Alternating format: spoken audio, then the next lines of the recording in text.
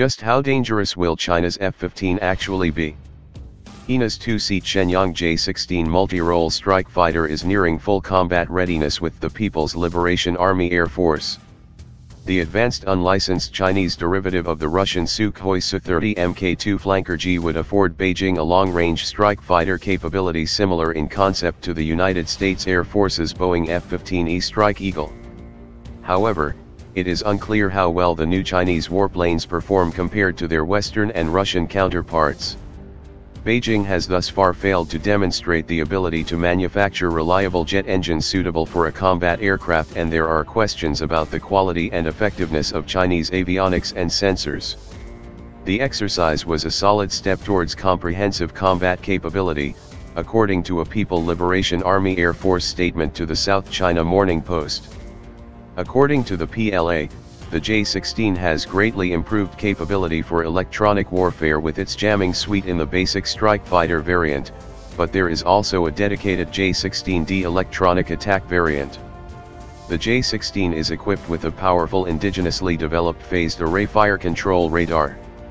Like its Russian counterpart, the J-16 also carries a 30mm cannon, 12 air-to-air missiles, rockets, and satellite-guided bombs, and anti-ship and anti-radiation missiles.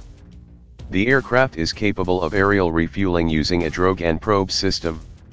The J-16 is powered by a pair of Chinese-made Shenyang Liming WS-10 Taihang, which are each allegedly capable of producing 20,000 and 50 pounds dry thrust each and rated at roughly 31,500 pounds in full afterburner. On paper, the J-16 is roughly comparable to the Boeing F-15E Strike Eagle or the Russian Su-30 SM Flanker H. However, as mentioned previously, the J-16 is an unlicensed development of the Su-30 Mk2, which is an export version of the flanker built by the Komsomolsk-on Amur aircraft plant. While the Chinese have modified the airframe and fitted the jet with a new avionics package, there are questions as to how effective the new jet will be.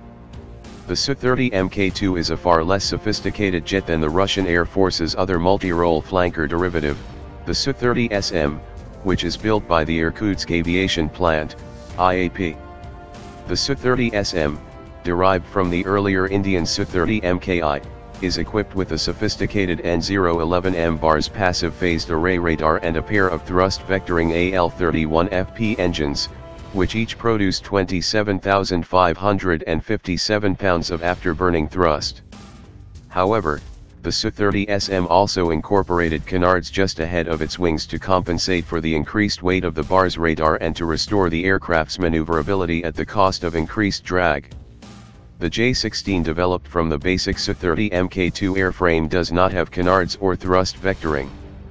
The Su-30 Mk2, which has a much lighter and much less sophisticated N001V radar, did not need to incorporate canards.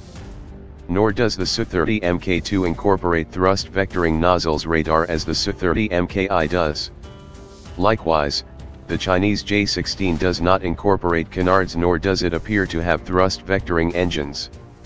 Thus, it is not clear how well the Chinese jet is compensating for the increased weight of its more sophisticated phased array radar without those features, since it does not appear to incorporate the same kind of extensive airframe revisions as the Sukhoi Su-35S Flanker E, which is built at the Komsomolsk-on Amur aircraft plant. The bigger question is the reliability of the WS-10A engine, which thus far has been unimpressive.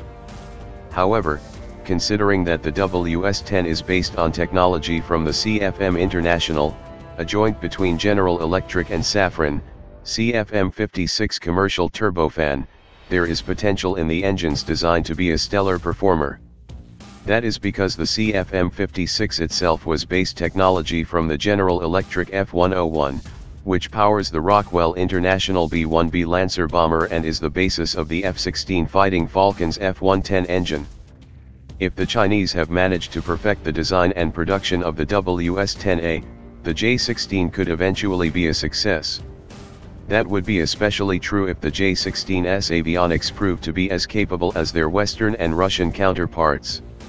The J-16 with a reliable WS-10A engine and good avionics would afford Beijing a potent long-range strike capability with a range of 2,423 miles while carrying a hefty payload of precision-guided weapons.